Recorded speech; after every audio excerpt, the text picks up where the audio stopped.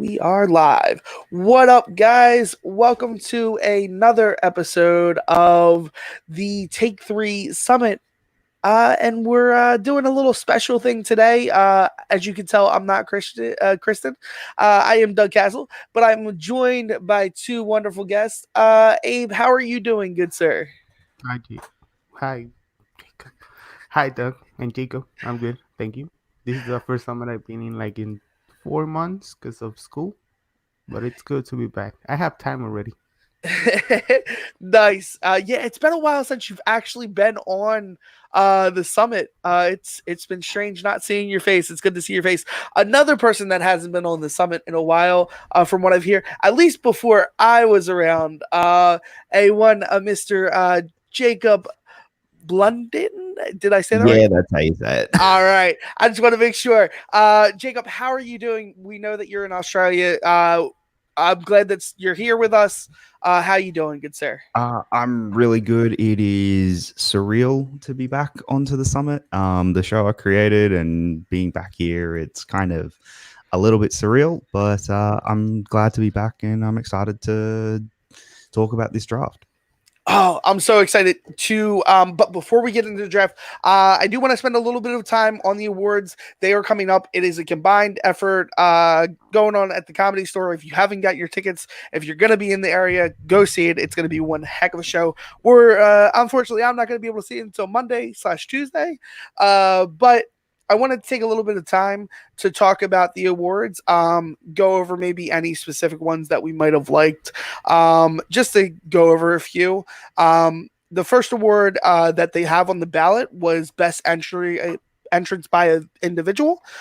Greg Alba for the Star is Born entrance, Jeff Snyder for the Bear Jew entrance, John Roca for the Sick Game entrance, Andrew Dimolata for the Flying X-Wing entrance, Rachel Cushing for San Diego when she came in with the Lord of the Rings, and Bibiani with the Love Actually versus Chance. Let's kick this off first. Abe, which one do you think is going to win and which one maybe is your dark horse? Which one do I think is gonna win? I think it's gonna be the Roca because I mean I think that it's kind of a popularity contest sometimes these awards. So I think the Rocket Sig game it's gonna win. Which one I think deserves it? I think Andrews, because when I watched it was this is a full on short film production, and I think that is the most well deserved. But I think Rocket is gonna win, and also there's gonna be some recency bias, so that helps him. This is probably true. Jacob, any thoughts on this award? I agree. I think Roka does have this one in the bag, just also because of the whole build up around it. My dark horse would be Rachel, just because it was her last entrance by herself in a regular season match, and I'm biased towards Rachel. Absolutely. All right, we actually have somebody coming in a couple minutes, so that's good too. We'll introduce him when he comes in. He's gonna make his own sick game entrance. No, but for me, I actually do think it's Andrew. I think Andrew's got this in the bag because of how because of what's coming up later with Moment of the Year. I think that's a moment of the year. But I think Andrew put a lot of hard work and dedication into this to do it for the show. My dark horse though is Bibbs.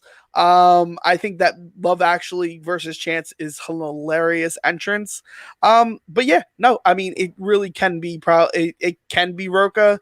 Those are the top three if I was gonna say it, but I really do think it's going to be Andrew. I think a lot of people are going to realize how much hard work and dedication went into that. Let's go. We did individuals. Let's do teams. We have Crimson Fury, the Tim Franco reveal, Shire Wolves, the Thelma and Louise, the Looney Bin debut, Shazam. Shazam pretends that they're the announcers. 5 Scream Queens versus Odd Couple. Yeah, those are the 5 right there. Jacob, any thought? I mean, I for this one, I'd maybe go with Shazam just because Bibbs clearly wants this award very badly, and I think he's not going to get it for singles, so he could maybe get it for teams instead. Absolutely, Abe. How are you feeling on this? I have to agree with Jacob. I think the Shazam one is the funniest of all.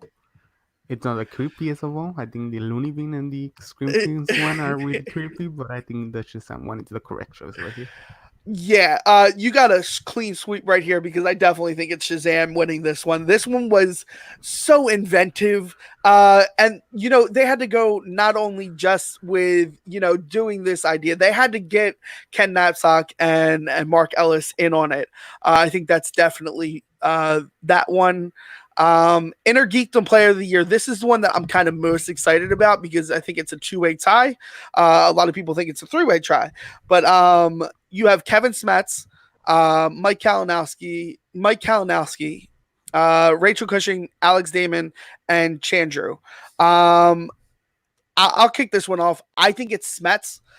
Even with his one loss, he has a 95% accuracy rating, which is incredibly hard to doubt.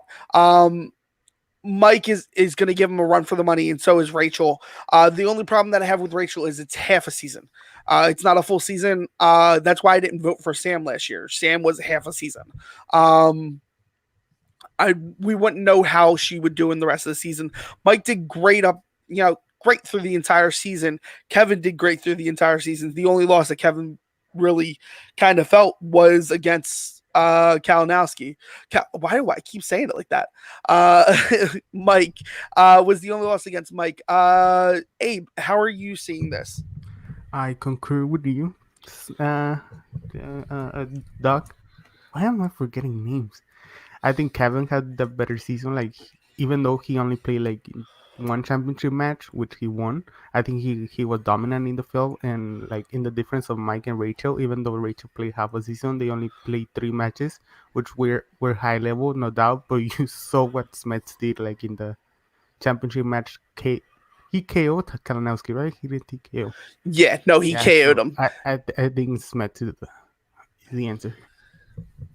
Jacob, what do you got? Yeah, I agree. I think Smets has got this one mostly because of the 5 KOs. That's not normal. And I think that we have seen this season, if you look at the grand scheme of it, Smets has really shown himself to be that player that is above and beyond everyone else in the pack and has instantly put himself in that conversation of one of the best inner geekdom players there is in the entire league. I think second is Rachel. What she did in both of her matches, and I think the way Kalinowski lost the belt is going to go against him in a KO match, whereas in Rachel she fought to the very death in her loss of the belt. So I think Smets has got it, but Rachel could take it. Absolutely. And we have a wild Malcolm appearing on stage. Malcolm, your thoughts on the inner geekdom? Yes. You're That's still saying what the inner geekdom an award. The Inner Geekdom Award. The Inner Geekdom / Star Wars Award. Kevin Smets, Mike Kalinowski, Rachel Cushing, Alex Damon, and Chandru. Yeah, so for me, I think this is Rachel. But yeah, it could go to Smets as well. But yeah. Absolutely. Let's move over to upset of the year. We got Riley versus Howard in the singles tournament, Looney Bin versus Time Machine, Oyama versus Merle, Odd Couple versus Shazam, and Crimson Fury over Loose Cannons. Let's go to Malcolm first. Malcolm, who you got in this matchup? This is actually pretty tough for me. Because they're all really good matches.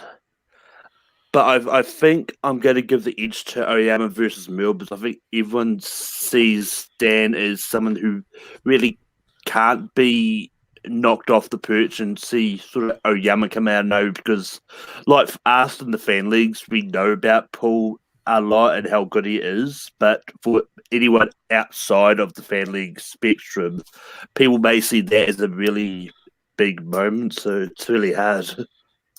Absolutely. No, I agree. That's definitely it's definitely a contender, I definitely think. Let's go over to Abe. Abe, what are your thoughts? Look, people can say Ojama versus Muro, but I think in the 3-4 matches Ojama showed before Muro, he showed to be a really, really good competitor. So I mean, I think it was a 50-50, but the fact that it was a rookie, like, it was surprising. But I think Riley versus Howard is better, like, as a match. And I just think, like, more brackets were broken that day than ever. And I think it was the second or first match of the tournament, if I'm not mistaken. So I think that one. Absolutely. Definitely a top contender. That's why it's in the list. Jacob, what do you got? I don't agree with that about the Riley Howard match, mostly because Howard's done it before in a tournament where she's knocked out a player that everyone's not expecting. Because if she hadn't have done it against Mark Ellis, maybe, but she's done it before. Oyama beating Merle, that is a big thing. That's a big deal. A fan league player coming in to the Schmoedown and beating what most people consider the greatest of all time. That's a pretty big deal, and I give Oyama the upset. I think Oyama wins this award. Yeah. I actually am in a boat of my own because I think the Oyama Merle match was. There were people believing that Oyama could do it. There were people in the fan leagues believing that Oyama could do it. I'm in the same boat as Jacob when it comes to the Riley and Howard thing, because Howard did it before. She upset the brackets before. It's not the first time.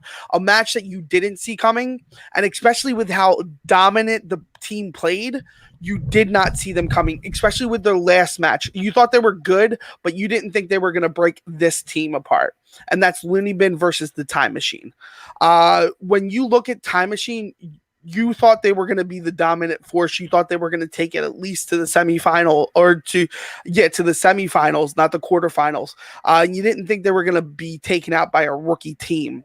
And to almost break the record, they almost broke the team's record in that match. And that's why I got Looney Bin versus Time Machine. But like I said, any one of the matches that we announced could take it.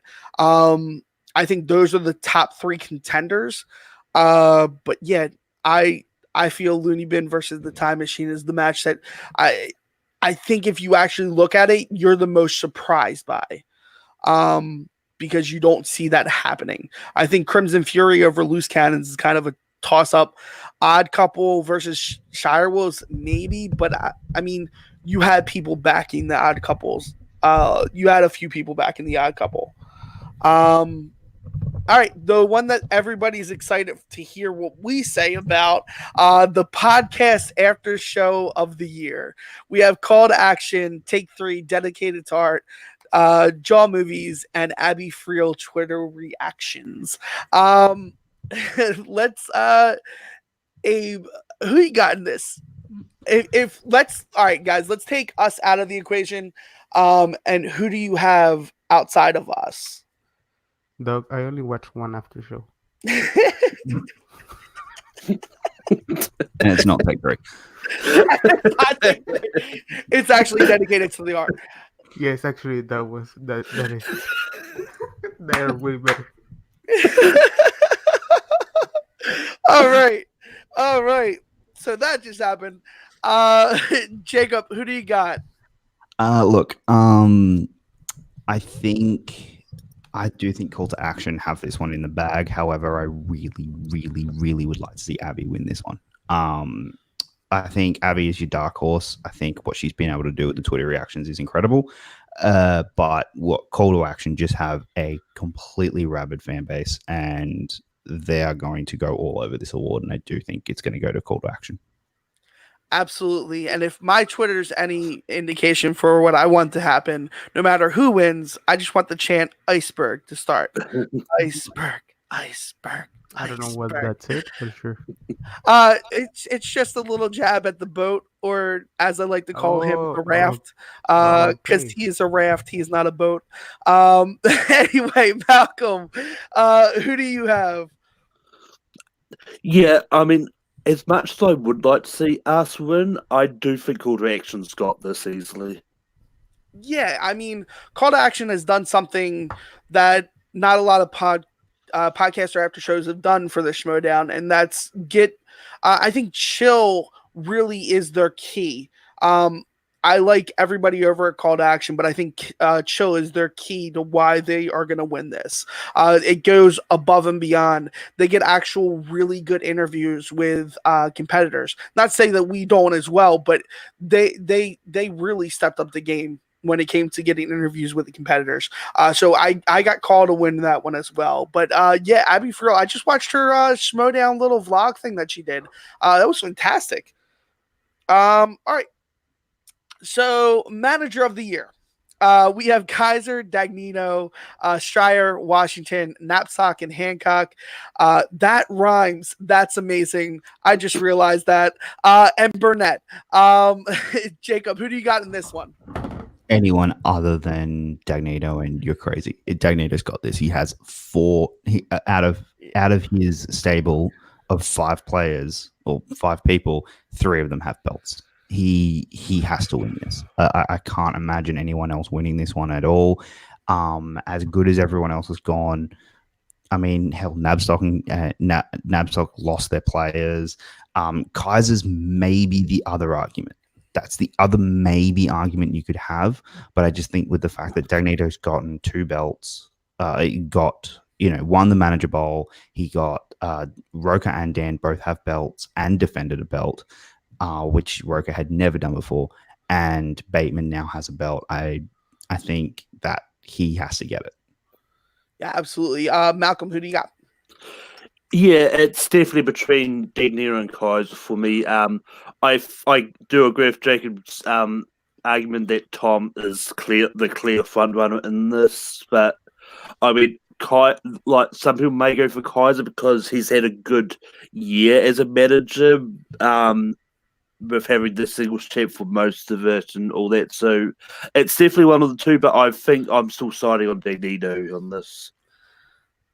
So one thing I will add, sorry, just real quick, one thing I will add is I think what could help Kaiser is the fact that he's taken 2 rookies, both of whom had belts this season, and that could help him. The fact that both are rookies and he's taken them, whereas in Dagnito's been given 3 or 4 well-established players who have lived up to their potential. So it's interesting. Absolutely. Abe, what do you got? I agree with the first thing Jacob said, so I don't think I have to add anything. I think it's Dagnino. Yeah, actually, I am the odd man out here because I actually think it is Kaiser. I think what Kaiser did through the entire season is something that not a lot of people could have done or have done. Dagnino, he did a phenomenal job when he came in during the Houston match and started to actually manage the 5 horsemen. Kaiser's been there from, pretty much the jump, being Smet's manager. And I think a lot of people need to understand that for an entire year, he's done that consistently for his entire team. One other, but I just want to bring this up. Kaiser, Smets, and Oyama are not the only people in Kaiser's stable, and and I couldn't even tell you who the other 2 are at the moment. You have Zipper and what have they done this year? Yeah, that's it. You have Zipper, and that's it. Zipper, he's got his favorite, which is Oyama and Smets, and no one's heard, and no, Zipper's not doing anything, whereas in Dagnino is helping all 4 of his stablemates. So that could be a thing against him. I get that. I mean, Loose Cannons went 1-1, so I mean, they had the loss in the tournament. So, but yeah, no, I 100% get that. But like I said, it's probably going to be Dagnino. Just my vote went towards Kaiser because I think Kaiser, not even just for being the manager that he is, but being the personality that he is, I was really drawn to Kaiser this year just from his personality. I don't know. Let's scoot over to Babyface Team of the Year. We have Shazam, Shire Wolves, Wildberries, Founding Fathers, and the Paddington 2. Jacob, let's hit you first. I would look. I'm going to say Founding Fathers get it, even though I think Shy Wolves deserve it, but I think Founding Fathers get it. All right. Abe, who do you got? I'm one of those that I still don't eat Rock as a face. I don't think he's a face. So, and I think the Shire Wolves. I think I'm Okay. going for the Shire Wolves. Gotcha. Malcolm, who do you got? Yeah, this is pretty stacked. To be honest, there's a lot of all these really deserve it. I think I'm actually going to Founding Fathers, but they may give it to them. Like the fans may vote for them because they've got the bouts currently. But I wouldn't be surprised if Paddington 2 actually come out of nowhere because of what Matt did in the teams match. So If I would agree with you if the awards happen right after that. People are starting to realize that wasn't the smartest move. So less about being a babyface, more about making smart moves. A team that I think, I guess in this panel is very overlooked is Shazam.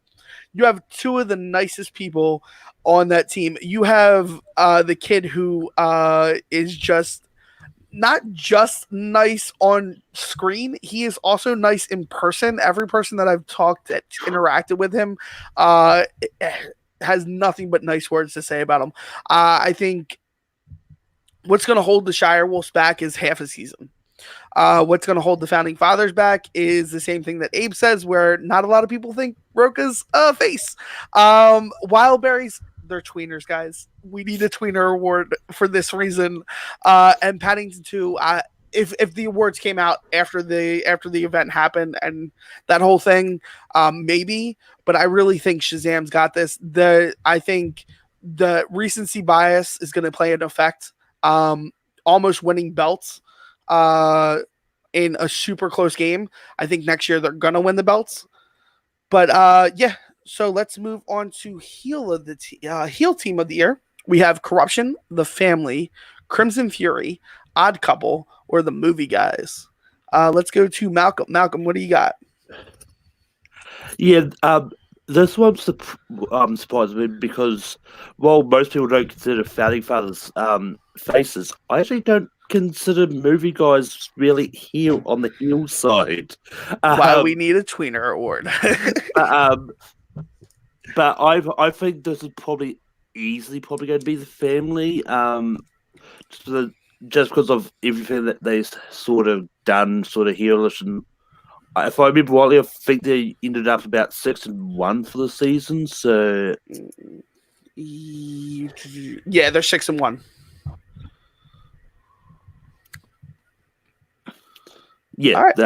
Yeah. Gotcha. The Family. Let's go over to Abe. Abe, what do you got? I think The Family. Corruption has a shot, but I don't know. I think people love Guy way too much, and they want him to see him, and I think that's the chance to give it to him. Yeah, I'll agree with you guys. I will say The Family as well. And Jacob, what do you got? See, I do think The Family most likely are going to get it. However, I do see Corruption being one of the ones that could sneak by and take it. Again, just off the back of the fact that they're Corruption and it's got Mike and it's got Chance, whereas in The Family, it's really like Drew McWeeny isn't, he doesn't play the heel extremely well, whereas in Guy overtakes the heel in that entire group, whereas in Mike and Chance work really well as heels together. Can I just say something? I think Mike breaks character way too much that I cannot consider him a heel anymore. Like last year it worked, but this year he cries way too much. I'm sorry. He cries. If you cry, you cannot be a heel. Yeah, like you have to keep character. I understand, like it's really draining, emotionally draining and everything, but I root for Mike sometimes, and that's really happened for a heel. All right, we got Babyface of the Year, guys. The Kid, Bibiani, Bateman, Merle, and Cushing. Let's go over to Abe. Abe, who do you got for Babyface of the Year? Look, I have a problem with Bateman being here, considering he hit Guy with a chair. Again, Tweeter Award, guys. Tweeter Award. But- We but need one. I honestly, I think VPN deserves it. Deserves not like the free for all. He went for the title, both titles, won a tournament. I think he well deserved. It's well deserved. Peeps. All right, Jacob, who do you got? I got Bateman. I think Bateman gets this one. I think he's had a phenomenal season, and especially with this being the season of change for him, where he's gone from the heel to the babyface, I think he gets babyface of the year. All right, Malcolm, who do you got? Yeah, I'm actually on the side. Well, yeah, I think Bateman could get this. I think Dan could easily maybe take it as well. I think just because he's had a really good year a couple times this year as well, so I think it could go to Dan as well. Absolutely. And we are in a four-way and not agreeance because I think it's the kid. I think the kid is personality. If this was a who's got the better record or who's got anything like who's the better performer performance wise on the table, you could even say the kid at that point too, because I think he does really perform really well, especially in any kind of setting that he's put up. The few times that he's fumbled, it's just been a rookie kind of thing. But personality wise, babyface, when you think babyface, the person that is kind of the super nice guy, and it's weird to like the nice guy sometimes, but I think the kid's got that. I think throughout the entire year he showed nothing but being humble, being nice, everything that kind of a shell that a babyface is. Let's go heel of the year. This should be no surprise because I think everybody should say the same thing. But let's go Guy, Burnett, Kalinowski, Kaiser, or Grace Hancock. I was surprised to see that, but not at the same time. It was like a pleasant surprise. I was like, yeah, Grace getting some notice. I'll say mine first. I think it's Guy. You have the entire Action Army backing him up, and that's quite a few people. So I think it's Guy without a doubt. I think Guy is probably the best heel that we've had in the league. If Roca is the grandfather of heels, Guy is definitely today's modern heel, and doing it correctly. He's changed the game of the heel too a little bit. I think he's just overall probably the best at it right now. Malcolm, who do you got? Yeah, this is tough because I do think Guy's got this. But in saying that, I also wouldn't be too surprised if one of my Burnett sort of steals it away, just for everything that he did with the whole nuke and sort of like picking up, doing a whole the stuff as a manager that could be interesting. But I still think Guy's going to win this. All right, Abe, you laughing over there? What do you got? Because I remember the Dagnino and Burnett match. That match was so bad. No, but I think Burnett should win it. I think the nuke, and also I don't know if you. I mean, I think everybody remembers that the last season ended with Burnett burning the mask, and it was a whole thing at the end of Spectacular 3. So I honestly think Burnett should win it, and I think he will. All right, Jacob, down to you. Who do you got? I've got Guy. Guy has this one in the bag. This is, if I had to put any money on any of these, it would be Guy. The one possible upset is Kaiser. That he is someone who could come out and just upset everybody and take this award, but I doubt it, and I think Guy's got this one pretty comfortably. All right. Next up, new team of the year. We have Looney Bin, Shazam, Time Machine, the Movie Guys, and the Family. I'm going to go first on this one. I think Shazam takes it. They made it to the championship match. They have one less win than the Family, but they have the same amount of losses. I think for what Shazam did, they came in like a wrecking ball. Yes, I use that line. I don't care. Miley Jacob, Cyrus. Jacob, what do you got?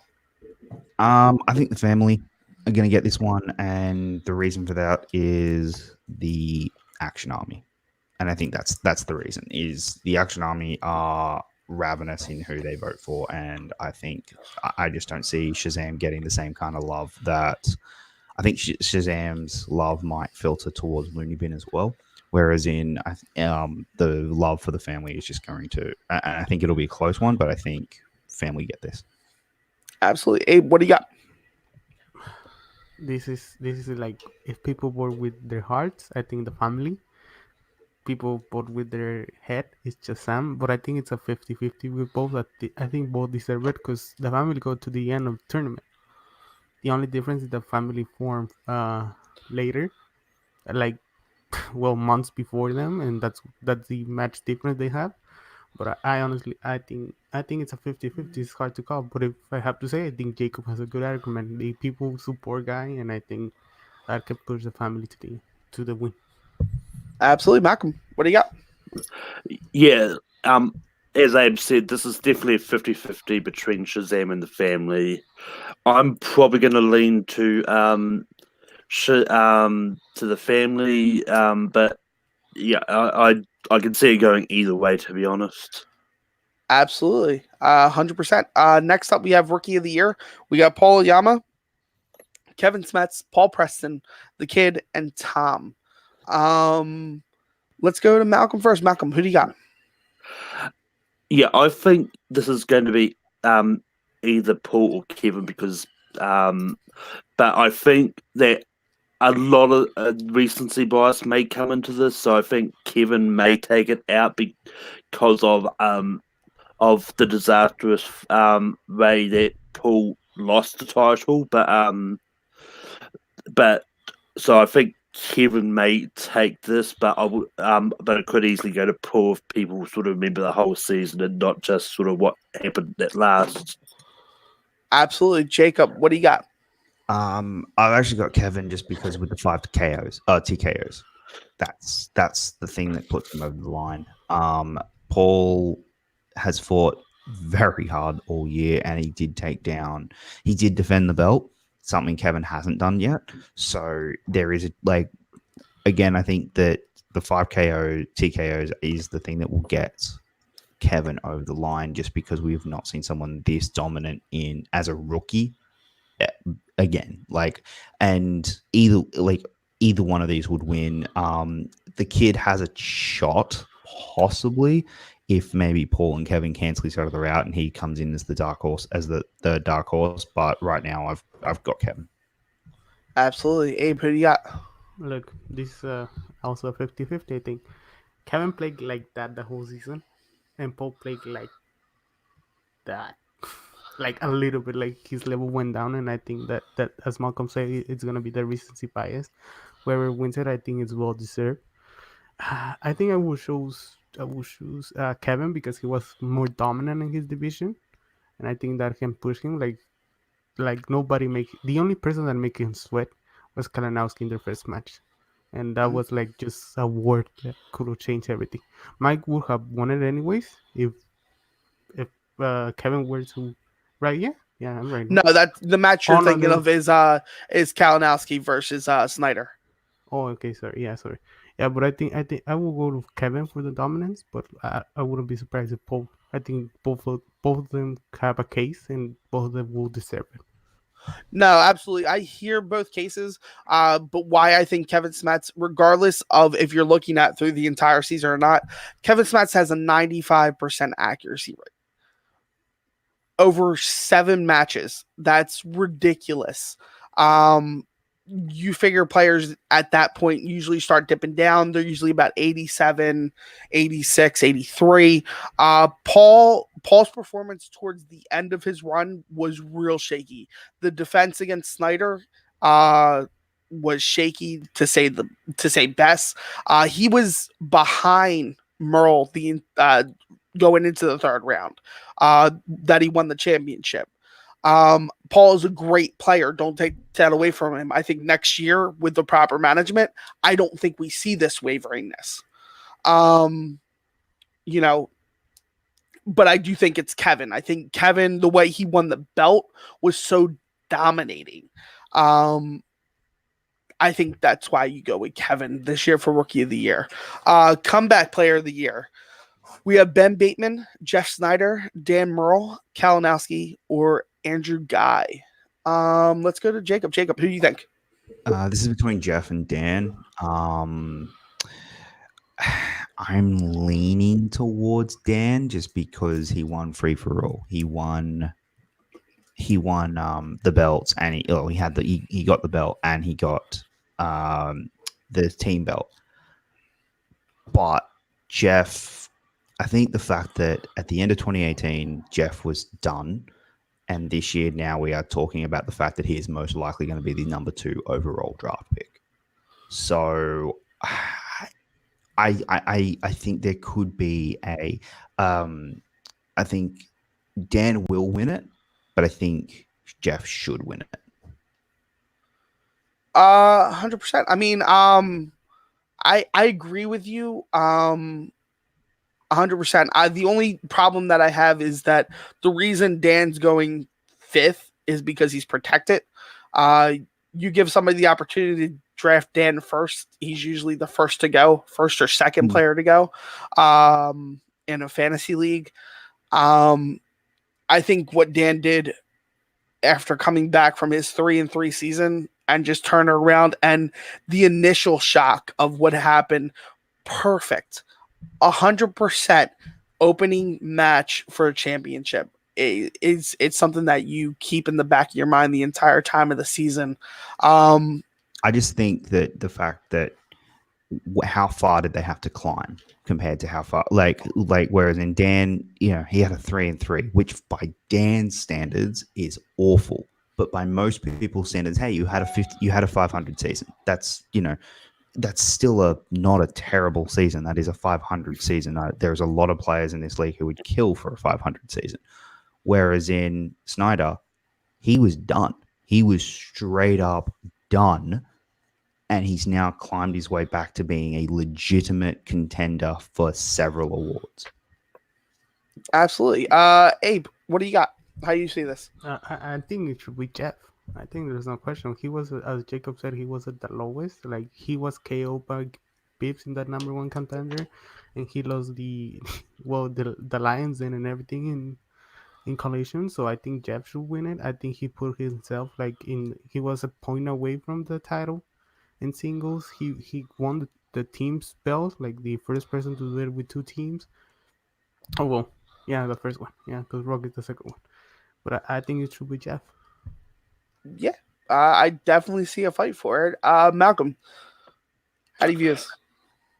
Yeah, this one I'm probably going to lean towards Jeff, but any one of these could easily win it. But I think Jeff sort of coming back from what happened from the 2018 season is just incredible. So, yeah. All right, guys, we got a couple more. Moment of the year: Bateman wins single tournament and title in the same night at Spectacular. Bibbs goes from 1 to the end for the free-for-all. Roca shows up sick to play Shazam at the Spectacular. Rachel beats Kalinowski to become a double champion and actually challenges his own win. Abe, what moment of the year sticks out to you? I think Bibbs going from 1 to the end. Like, I think at the middle of it, people notice oh, he's going for it and he can win it. And the fact that he didn't win it, I think can affect that. But that doesn't take away anything from how great that was. Seeing at first, and when I saw him seeing it, at first I said, could he go all the way? And I just couldn't believe it until the middle. Oh, he's going all the way, and he did it. And I think that's deserved. Malcolm, what do you got? Yeah, there's a lot here which I think could easily win this. There's Bibbs going from 1 to the end is a good moment, but I think the one that I think should win and one that could easily win, even though now people are thinking it wasn't a best decision, but when it happened, I think it completely was a big talking point everywhere. It's Matt actually challenging his own win. I think that moment will win because I think it got a lot of buzz when it happened. So yeah. Jacob, what do you got? My heart says Rachel beating Kalinowski, just because that was. I mean, I nearly crashed my car when that happened. But my head goes. I think Roka will. I mean, it's hard because the Roka playing while sick at Spectacular and then to win. It's a really nice moment, and if it wins Entrance of the Year, I don't think it wins Moment. But if it doesn't win Entrance of the Year, it might win Moment. But so I think I am gonna go with Roka because I think that has got the chance, even though my heart says I really want Rachel to win that for becoming a double champion. Yeah, I'm actually with you. I think it's I think if Roka wins Entrance, he won't win this, and I think it'll fall to Rachel beating Kalinowski for the double belt. I think that's something that was really special this year. I think it was the first time it happened, right? In two different divisions. Second time? Yeah. Oh yeah. Sam did it. Sam did it. I think it was the first time with Inner Geekdom, though. Somebody had been a double champion with Inner Geekdom, which was really special. And it showed how hard she was working for everything. That's the one that I want to win. But I can totally see people voting for the Roka shows up sick, because that I've had bronchitis before, and that is one serious sickness. Let's go to match of the year real quick, and then we'll do team of the year, and we'll do single player of the year, and then we'll go over to the draft. Match of the year: Irwin versus Merle, Kalinowski versus Cushing, Smets versus Kalinowski versus Cushing at San Diego.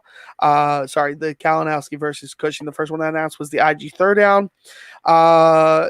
Looney Bin versus the Time Machine, and Corruption versus Shire Wolves. Let's go over to Jacob. Jacob, what do you got?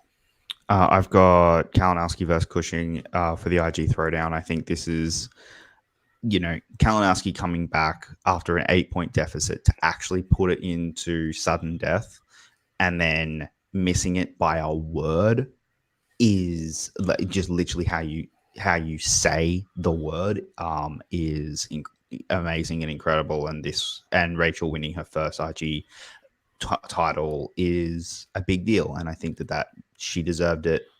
And I think this is one of the best matches of the year. Absolutely. Abe, what do you got? I agree with Jacob. This has been my favorite match of the year since I watched it live.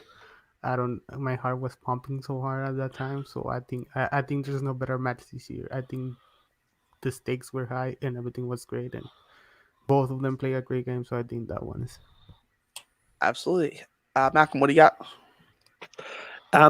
Yeah, I mean, I think we can all agree that the real best match was snubbed, and that's Tom Dignity versus Oven Open Head. But honestly, I think Rachel Cushing versus Mike at Throwdown should win this hands down. Absolutely, I agree. That was pretty quick. Clean sleep on that one. Let's go team of the year: Shire Wolves, Corruption, Shazam, Founding Father, and the Odd Couple. Let's go to Malcolm first. Malcolm, what do you got? For team of the year, I'm going to go Founding Fathers on this because they've got the belts and they've had a really great year. But this is one that I want to say Shire Wolves will get it, but because of the whole half season, I don't think they will. Yeah, I can see that. Abe, what do you got? I want to say Shire Wolves because all of them are title matches, and there's no other way to put it that even I think one title match is equal 3 singles match, 3 normal matches for me. If you put on that scale, everything's on the line there. But I think people will go with the Founding Fathers. It's well deserved. They're 4-1. They defended the belt, same as the Shire Wolves. But you have to consider the Shire Wolves lost the belts, won the belts back. So Yeah. I think people will go for the Founding Fathers, but I actually will go for the Shirewolves. And Jacob, who do you got? I'm with Abe. I'd rather the Shire Wolves win it, but I think the fact that they're 2-2, even though they're all title matches, I think the fact that if they had won the match against Odd Couple, and then the only loss they had was in their retirement match, maybe I could see it happening. I want it to happen. I don't think it will. I think Founding Fathers win this with recency bias and the fact that they have the belts. No, I completely agree with you and Abe. I definitely think Shire Wolves are well deserving of the award since it was all title matches, but I do think the Founding Fathers win because they played out an entire season. I'll actually leave it up to you guys. Do you want to do single player or overall player? I mean, both. I don't.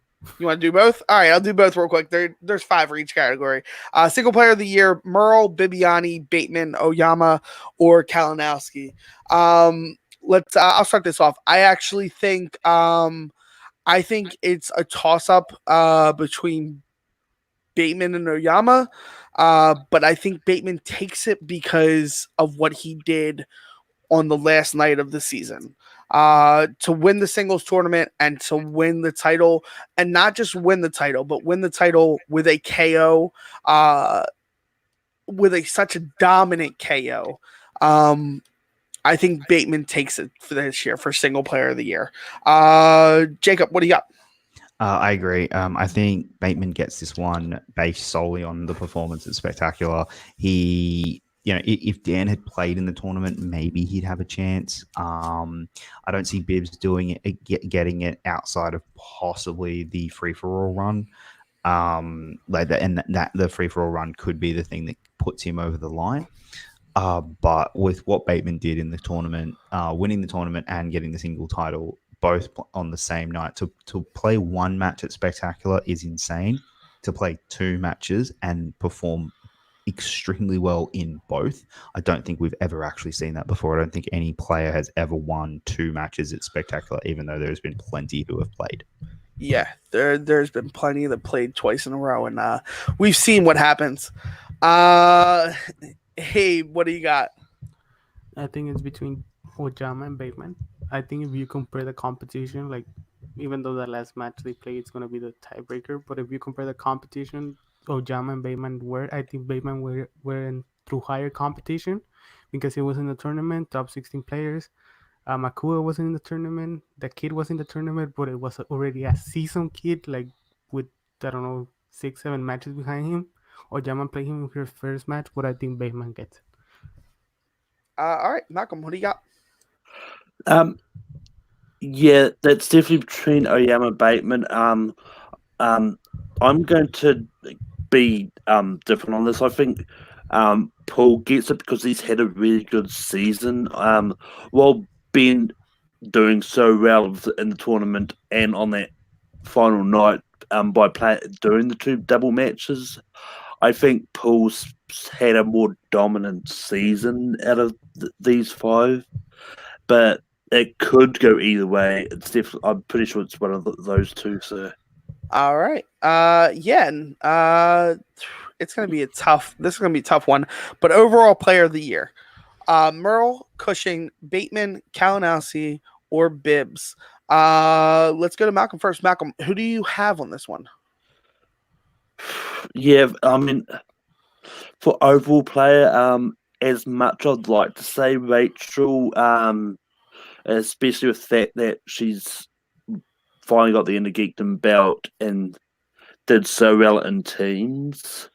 I think, but like as I said before, I think the half season probably hurts her in this because people will be looking at the whole season, which means I'm probably leaning towards Ben and Dan. And I'm probably going to go Ben on this because I think if Ben doesn't win the singles player award, I think he gets it here. Okay. Abe, what do you got? Who do you got in this one? I think there's no question. I think Merle. All right. Jacob, what do you got on this one? I think there's a huge question mark against Merle. I think, look, as much as I love Rachel, I think she just misses out because she didn't play enough in singles. She didn't play at all in singles. If she had held on to the belt for her, if she had retired with one of the belts, maybe. This isn't the same as when Sam retired, when he literally had not lost a game all 6 months. Rachel did lose a few games, so that could hurt her in the end. I have a gut feel. I think it could be Kalinowski. If you actually look at what he's done, he's the only player this season to really dominate in all three divisions and play extremely well in all three divisions. He won 2 belts, and he performed relatively okay in the tournament. I think there's a shot that Kalinowski gets it, but if neither of those, it's going to be Bateman. Bateman will most likely get it, but I think that Kalinowski could be a dark horse. Yeah, who I think's gonna win, just because of how it was talked up on backstage and how people were seeing it. Who I think's gonna win is Merle. Who I want to win is Bateman. Bateman played in 2 divisions and went 6-1 in singles, where Merle went 2-1 in singles, and then he went 2-2 in teams where Merle went 4-1. So they kind of like just reverse roles almost. A big thing for Bateman is what he's done this season, how much of a player he's become this season. He's become an overall dominant player. That's who I want to win, but who I think's going to win is Merle. Which Merle is always deserving of it, especially this season, to come back and do what he did. All right, guys. So that is our pick for the awards. We are going to bring up our little mock draft here. I have things color-coded and kept so people can kind of see it. Let's go over this real quick. So we have Sam Levine has the first round pick. Roxy has second round. Coy has third round. Robert Meyer Burnett for the first 2 rounds has the fourth and 6th pick. Tom has the 5th pick for the first round. Shannon has the 6th pick. Winston has the 7th pick. Kate has the that's why. Okay. Kate has the 8th pick, and Kaiser has the 9th and 10th pick. There were some trades that happened, and hopefully nothing's happening right now on SCN to throw a wrench in it again. But we have in round 3, Kaiser took over the 4th and the 8th pick overall for that round. He also has the 9th and 10th pick. For round 4 and 5, Kate took over Kaiser's. So this is going to be really interesting. But let's go over to Sam's first round pick. Who do you guys think Sam is going to take in the first round? He has the number 1 overall pick. Jacob, who do you got? Okay, so I think there are 3 options. Option number 1, and what I think is most likely is he takes Drew. He takes Drew because, he was his old partner. He will feel like he owes him because he just kind of left. It will be interesting for storylines, and I think that is one of the most likely. The other one is Shazam. Take Shazam, which again will open up some storylines. Drew might feel like he's betrayed that Sam didn't take him. And that again, Sam in his mind, Sam is betraying him again. There is that concept. I actually got and there was 4 that he could pick. There's 2 more. Number 4.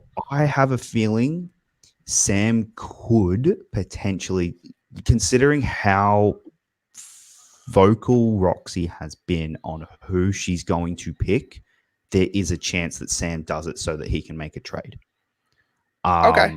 I have a feeling that could happen, that he takes Jeff and Draco.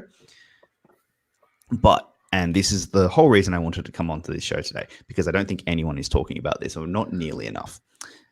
The obvious answer for who the number one overall draft pick should be, and 100% should be the number one overall draft pick, and that is Mike Kalinowski. I have no idea why no one's talking about this. They're all saying, "Oh no, he'll go later. He'll go later because he hasn't performed that well this season." Sorry, that's wrong. Not only Mike is the only real legitimate competitor in the top 10 conversation that can compete in all three leagues and compete well in all three leagues. You also know that he will only play for one manager. Well, he's at least saying he'll only play for one manager, and that's just Shannon. So you have a bargaining chip. Shannon wants one player and one player only. You have a massive, massive bargaining chip if you take Mike Kalinowski. You also, and this is the thing that puts him over the edge over someone like Shazam or the family for me, and that is Chance. You get Chance. Chance is a bloody good player. And he hasn't been able to show off how good he is yet because he's lost a few key matches that would have let him go on runs. But the players he's lost to have gone on runs, like legitimate, real runs. And I think Chance has just not been given that moment to shine yet. So that's why I think Mike is deservingly to be the number one overall pick. He won't be, and I do think it will be Drew McQueenie. But I think Mike cannot go to Shannon in the first round, and I think anyone who lets that end up happening is making a huge mistake, storyline wise, but also you are giving Shannon, you're basically giving Shannon something for free without getting anything in return. All right, Malcolm, who do you got? Yeah, I'm actually with Jacob on this. I think taking Kalinowski off the bat is a smart decision for that reason. But I think a lot of managers may be scared to do it just because of the fact that Mike has said he doesn't want to play for anyone but Shannon. So that could be an interesting factor. I think he's going to go with the family because he has said he wants to get Drew that belt, and because he feels guilty. And even though that does mean he does get Guy, I'm honestly just going to say he's probably going to take the family regardless.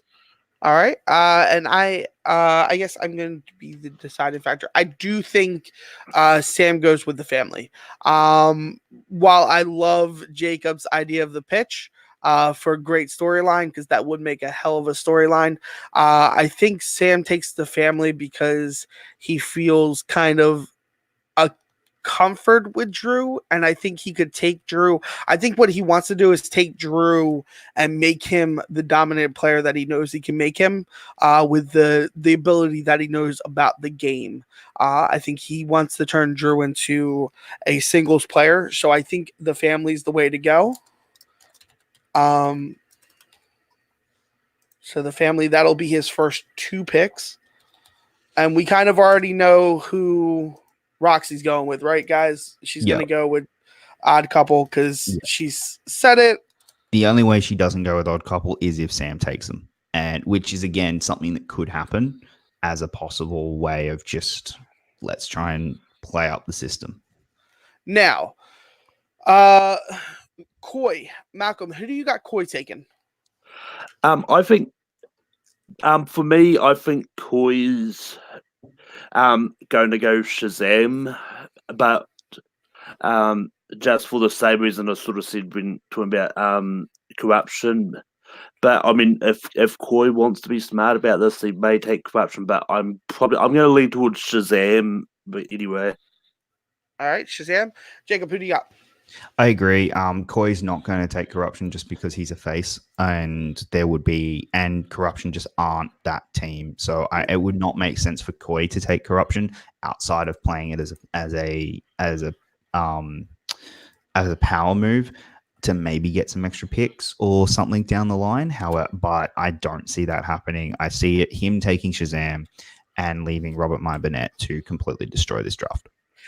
Yeah, I agree with both sentiments. I agree with both sentiments. I think Shazam is going to Koi. It could be a really fun connection. I see Koi being a very face team. And I do see that happening. All right, our Robert Meyer Burnett, the dynamite that started the nuke. I actually, I think for leverage sake, I think he does take, I think he does take corruption.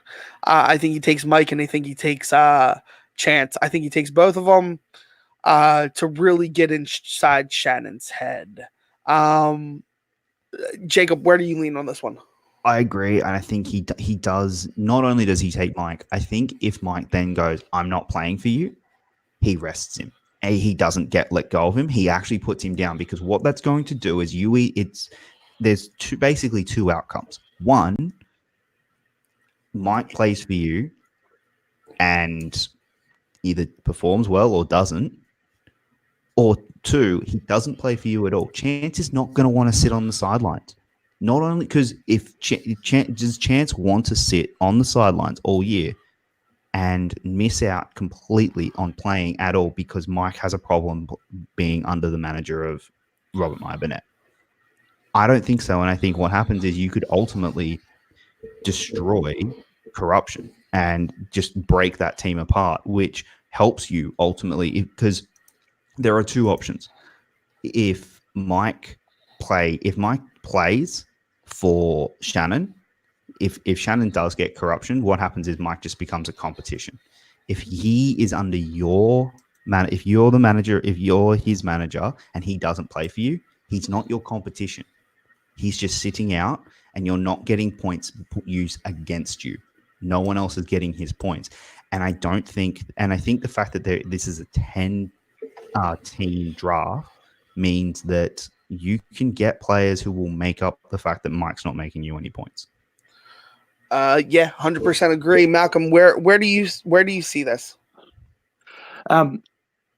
Yeah, the one thing I don't know if it's actually being clarified anywhere is if the teams that are protected for drafting, but are they able to split them up for thing if they want to make a trade on the actual draft day? I don't think they can unless the team wants to be broken up themselves.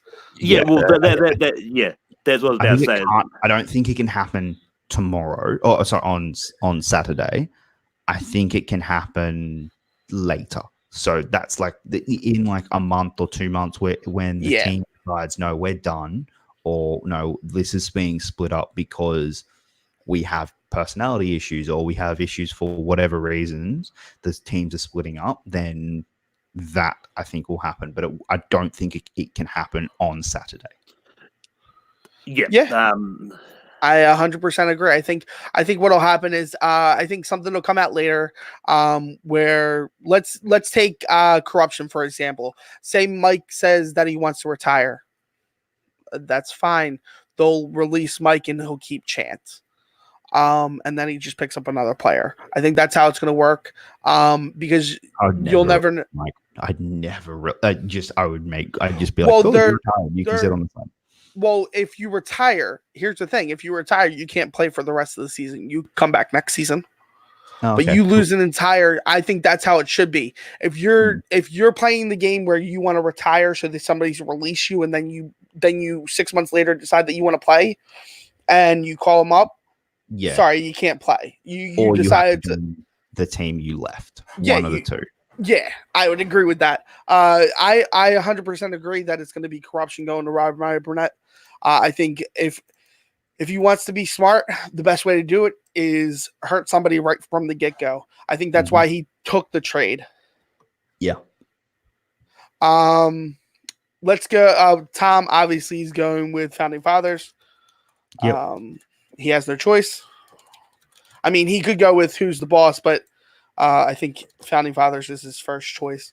Makes more All sense. right, so with that, Doesn't matter either way. with that, there's only one protected team left, right? No, that's it. That's all the Uh, protected team. no, Who's the boss there's- is the other protected team. Well, I mean, Oh, well, yeah, it is. who's the boss? But Tom automatically gets him anyway because Ben's a champion. Yeah, that's right. Okay, so we move over to Shannon then. Shannon now gets one pick this round. There's no more protected teams on the table. Oh yeah, let's do this real quick. So that he has him. That's just so I have it down so I don't forget. All right, so who's her first pick? Who are we going with? I'm going to take a punt and say Ethan. Again, I don't know who Robert would want, and that's what she has to then decide. Okay, who am I getting, like, to make the trade with Robert? And that's where it's going to be interesting. And I think if she gets someone like Ethan or Paul Oyama, she can at least then use that as leverage. Because if she gets Paul Oyama, she can use that as leverage to Kaiser and say, hey, give me some player. And it can end up being like a 3-step move to try and get Mike back. Whereas if she gets Ethan, again, you can trade that with Sam or someone like that. So there's ways that she could do it. I think Ethan or Paul is her best pick, and I'd probably go with Ethan. All right, Malcolm, who do you think? I'm going to say that she gets Paul Yama. I think she's going to want someone with some that can be used for some leverage to get what she wants. But so I think Paul's a good first step to get it. Okay. I actually agree with Malcolm on the Paul. The reason that I don't think Ethan's going to go as high as people are giving him credit for is because not because of his scheduling, because he doesn't fix his game. He's literally a player that just goes in there and comes in with what he knows. He lost matches due to not knowing Peter Pan. The first match that he lost to not knowing Peter Pan, you'd think he'd go and watch Peter Pan. Got him in his match against the Looney Bin. They got another question about Peter Pan, and he didn't know it. So for that reason, I think Shannon's been observing the game, and she knows that. That's why I think she's going to go with Oyama. Fair. So then we get to Winston. We know Winston wants personality, but he also wants people that are going to want to play the game and know the game. If I were to go and go for Winston, I say Winston either takes Tom or Paul Preston. I think Lon. You think who? Lon Harris. Lon could be a good choice. Malcolm, who do you think? Joseph Lon. He's got Jay. He's got Jay as an advisor, and I think Jay would be comfortable with taking Lon. I also think there is a chance he also takes Ethan, because of the connection with Jay. But I think Lon Harris is a good pick. Yeah. But yeah, I definitely think he's probably going to go Lon as well. Okay.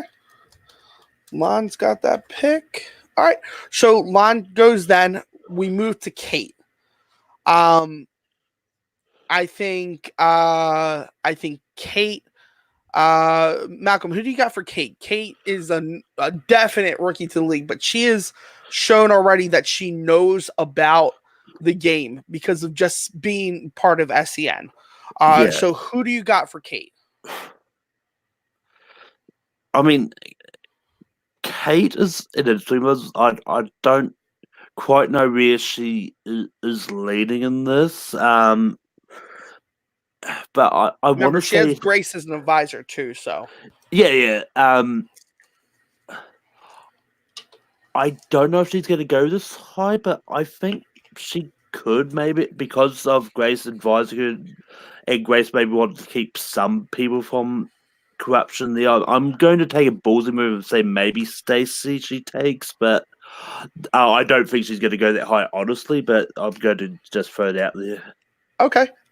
Jacob, who do you think? Yeah, I think taking Stacey that early, especially considering it's a snake draft, and if Paul Oyama is still available, you know who Kaiser is going to take in his second pick.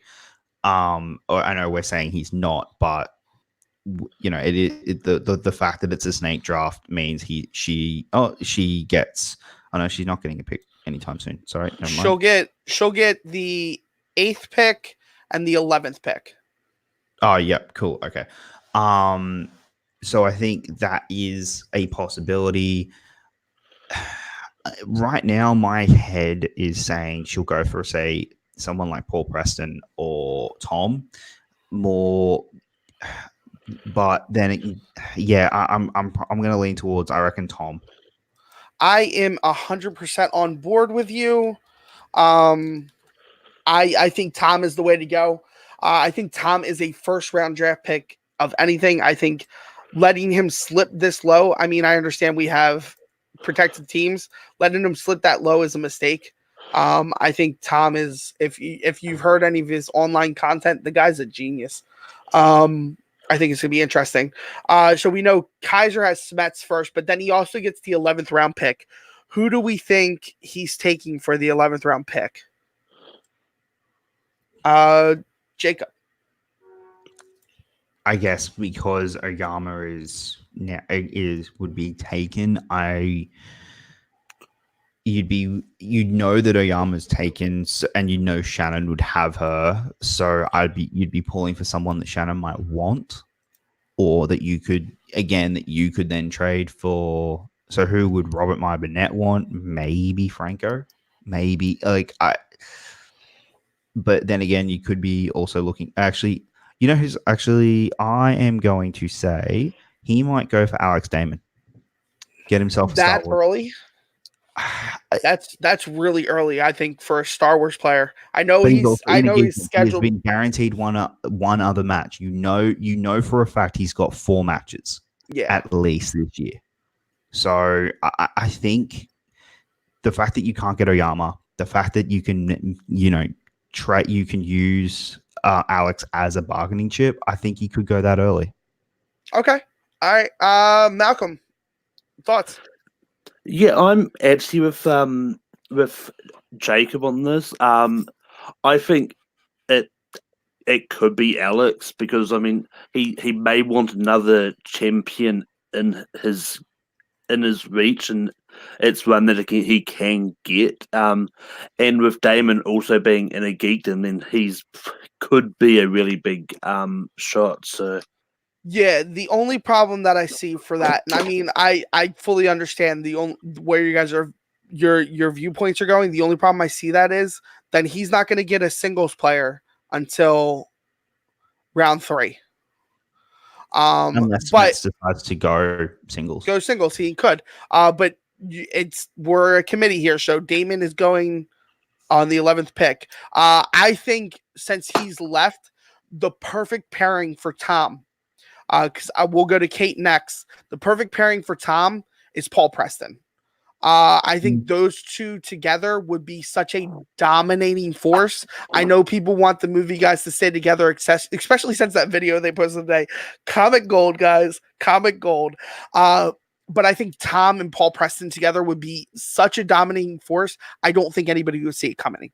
I think you put those two together on a team. I think that's the smartest move. And that would be, in my opinion, probably the steal of the century on this draft. Yeah, I agree. I think Paul Preston being her second pick would make a lot of sense. I know a lot of people would, especially if she got Tom, would be saying, "Oh, get Drew." Drew not living in LA anymore really hurts her draft pick order. Yeah, especially since Tom moved to Los Angeles. He's there. So I think that does hurt her. And I think instead you are going to get her coming up a bit later. And Yeah. I do think Looney Bin is going to get split up for that very reason, because Tom is worth a lot, and her and Drew, as great of a player as she is, not being in LA, it does hurt that fact. I mean, even if Drew goes like 7th round, but goes to Kate still, Drew can be a like an advisor to that team. Malcolm, who do you got? Yeah, I was actually leaning towards Paul or Ethan myself. I mean, I actually would have said maybe Ethan then, and but yeah. No, I see that too. I see a Tom and Ethan matchup working, but here's the one issue that I have with Ethan. I think Ethan's a great solo player, but he doesn't ever want to work on his game. That's why Ethan's stock to me drops. He doesn't want to work on his game. So like if you have a player that doesn't want to work on his game compared to a player that does want to work on his game, because look at Paul Preston. I mean, we didn't know who the guy was until he made that serious singles run. Like nobody was paying attention to him really. But he's great. I think that's a perfect one. Let's move on to Winston. Winston's second draft round. Malcolm, who do you got for going to Winston? Yeah,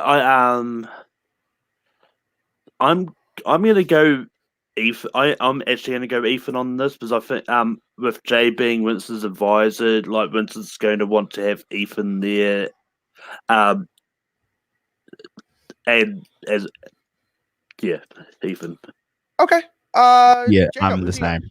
I'm 100% Ethan. I think if Ethan makes it to the second round, the fact that Jay is with Winston, I think will be enough for him to say, no, take Ethan in the second round. And Alon and Ethan as a team together, I think could actually really balance each other out really well. Yeah, no, I agree with you. I would say floating him down this one because there's people that are talking about Ethan being a first round draft pick. I think Ethan going second or going third on the second round is fair. I'm with you guys. I think that would be an interesting team, even if you leave him as a single player and then pick up a partner for Lon later. I think that would be interesting because a lot of people are like, Lon doesn't know the game. Well, guess what? They have managers now. So knowledge is going to be great. And Lon is kind of, from what I hear, works on the game a little bit. He's a little excited for this season. So next up we have Shannon for the second round. Jacob, who do you got for Shannon? I think actually we could end up seeing a bit of a left field pick. I think Robert Parker, and I do think Robert's going to go early. Now the reason I say that is a lot of people have been building him up. And Shannon with Paul picking Oyama, she could end up seeing, hey, this is a fan league player, and she's been talking about how she has been doing research. So maybe not like you've got plenty of back footage catalog to see how good of a player Robert Parker is. He can do in a gigdom and he can do singles. I think, teaming him up with Paul could be a really great team. That's interesting. Second round Parker. I think Parker's great. As a fan league competitor, I know Parker's great. But looking at the board, and that's the only problem we're looking. If we look at the board of the players that are left, I think Tim Franco could be a great addition, or even a Janine the Machine to Oyama. But Parker going that early. My one criticism with Franco, in the 3 years he's been in the league, he's played 2 games. He's played. He doesn't go to LA very often. He is not in LA enough to compete. And that's my thing about Franco is if you take Frank, I don't think Franco can go in the second round because of how little he plays. Whereas in Robert has has publicly said he is going to be playing a lot more and going out to LA a lot more this season. Yeah. So I think there is a chance that he does get picked early. All right, Malcolm, who do you got? Who do you think? Yeah, I mean, and I think this is with this draft, like anything is really possible. Like, I mean, it's easy for us to sort of sit back and go, people like in the geekdom won't get taken this early on this side, but we don't know what's going on in each of the managers' head.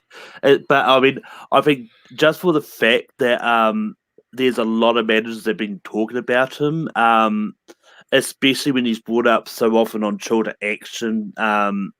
And even Roxy has publicly said that that's someone that she's looking at. So I do see Shannon maybe taking him, even if it is to sort of work out a deal later on, depending on who ends up where. Okay, Parker, second round. All right, and we move into the third round because everybody else has their people. We have Sam's third round pick. If I'm going to go for a third round pick for Sam, I'm going to go ahead and say Mara Knopik. I think Mara is his pick for third round. I think he's going to want an Inner Geekdom player. He's already got a strong singles player with McWeenie, especially with Sam behind him. He's got a strong team with a 6-1 record. And I think he needs an Inner Geekdom player, and I think Mara is the way to go. We've now seen a rookie Inner Geekdom player and a tested Inner Geekdom player. I think Knopik is the way to go. I agree. I think he definitely goes with Mara. If Mara is still available in the third round and he gets the first pick of the third round, I don't know how you don't take her. She's she has a title match on the first game against Kaiser. Like against Kaiser's team, you can instantly within the first week win yourself a belt. I would definitely be going with Mara. Malcolm, how do you say it? Yeah, I was gonna say Mara as well. Especially with the fact a few weeks after this, she does have a title match, so not taking her this early is going to be crazy. And I know if Emma was still here, that was actually who she was leaning at to take first. So, yeah. She was definitely interested in taking Mara first. All right, we go to Roxy's next pick. Malcolm, how do you see Roxy leaning? Where do you see her leaning? What's some she's been asking for advice. She's been asking for advice, so maybe we'll tag her in this on Twitter. Where do you see her third round pick coming up? Based on her last video, or one of her videos I actually watched recently, she was talking about this, and she was going that she was leaning towards Chandru and Robert. So I think if the fact that we're going to assume Robert's gone at this point, I'm going to say she takes Chandru. All right, Jacob, how do you? Where are you looking? See, I was looking more at Janine. She gets someone who is a fairly decent singles player. She can start up a second team, and I don't quite think there's going to be that many people taking the Inner Geekdoms that early. I think Inner Geekdom are going to more look at filling their spots later. But I think she could lean to Janine. Plus, also, I think she is going to want more females within her team. Okay. I can see that actually. Yeah, I think the way that she was talking on backstage yesterday, I think Janine, if she's available still, she's taking Janine. I think that's the smart way to go. Because there's definitely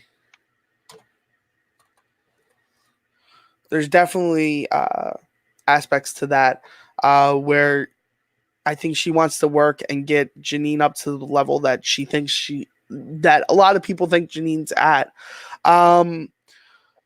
Next we got Koi. Koi is kind of a wild card. We don't know what he's exactly looking for. And we don't know what he's going to be exactly aiming to see, because I've seen a couple of his live streams, but he hasn't really talked about the draft or anything.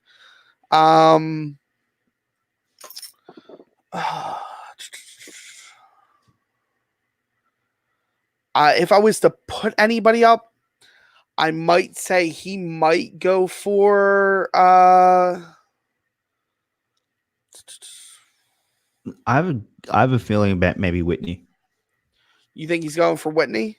Put him Maybe to try and give himself some, like, Whitney's a player with potential that's just never really that's never really come out in the Schmoedown. And I think if a manager can get a hold of him, he can be a really good player. And if Koi backs himself as a decent manager, and someone who can teach Whitney the game and to actually play the game, which was Bibbs's biggest problem. And again, he has Whitney with Bibbs. I think he could take Whitney. Okay. Malcolm, where do you see it? Are you in the fence with Whitney, or you have another player that you're thinking that he could take? Yeah, I'm gonna say Whitney. I think I think that he could easily take that. It's definitely one that's really Koi's the hardest to probably predict in this. Yeah, I completely agree with you. I think Koi and maybe Winston are going to be the two hardest people to actually predict in this whole board. But I think Seibold's a good start. If I was to substitute him anything, I would say maybe Liz Shannon Miller. But I think Seibold's a solid pick. I mean, as long as he's willing to improve his game, then I think it's a good solid pick. Next we move up. This is Kaiser's magic round. Kaiser gets 2 picks this round. He'll get the pick. He'll get this pick, and then he'll get pick 4 picks later, 3 picks later, 4 picks later. Mm-hmm. So, all right, we have 2 Inner Geekdom players. We need solid single player or solid team players. And if we were to go with anybody, I would definitely probably say at this point, you take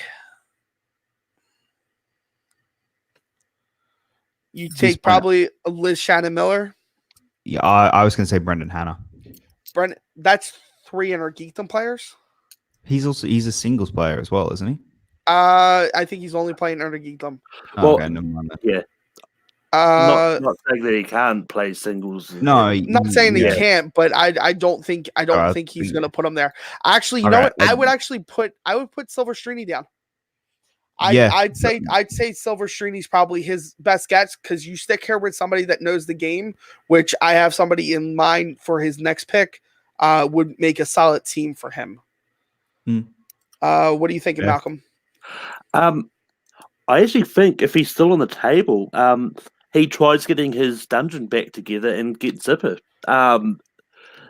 Because you've got Inner Geekdom, and you've also got someone who can hold himself in singles too. So I mean, he may try and get his own band back together as much as he can. So does he here's the thing about Kaiser.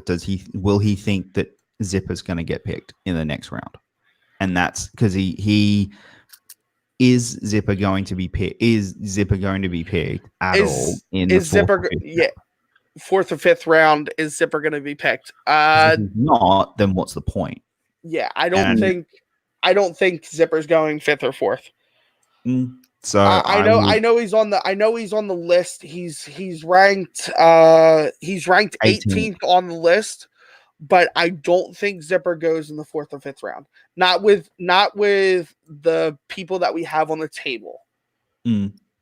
I agree. I'm actually willing to concede. I think Rachel Silvestrini would be a good pick for him.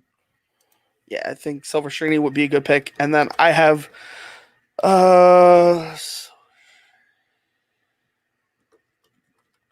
and it didn't pop up. Yay.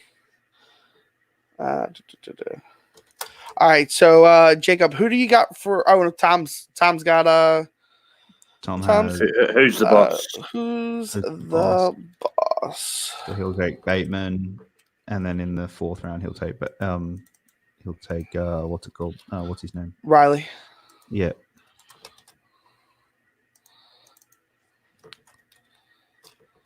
All All right. So next up is Shannon. Who do you All guys right. got for Shannon? I think Shannon needs a really strong pick here.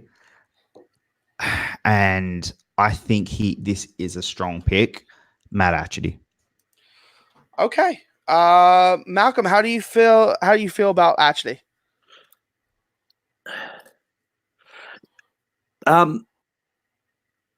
Yeah, I mean, I can see actually going there.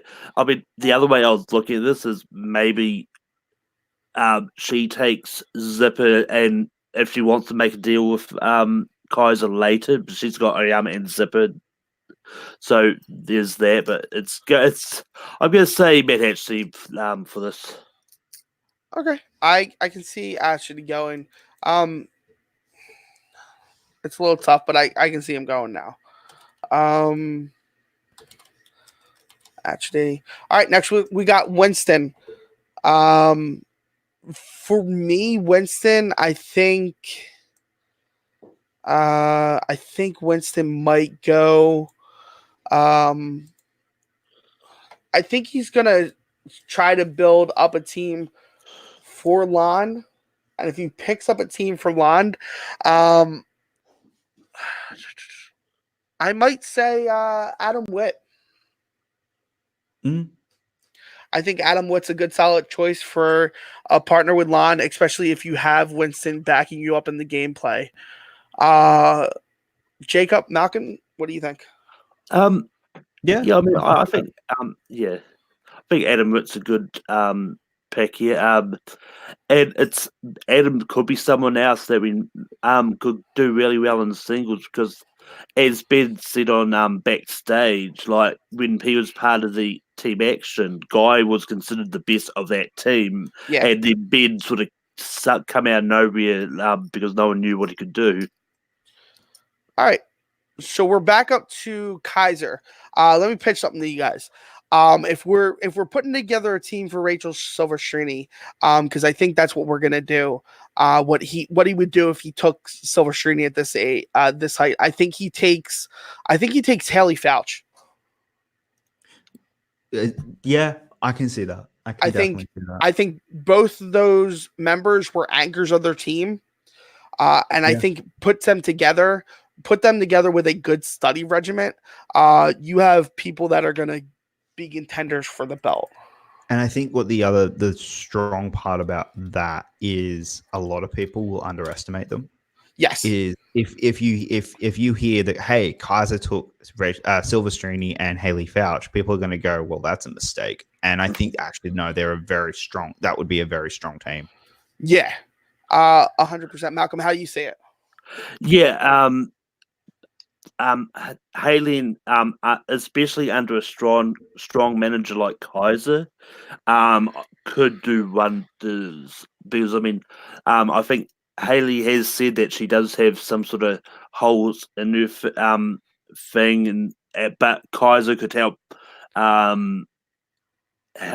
lot with that, especially with putting him under the same study regimen he's got Smith. So. Yeah. All right. We get up to R&B. R&B gets the next 2 picks. Malcolm, who you got for R&B going?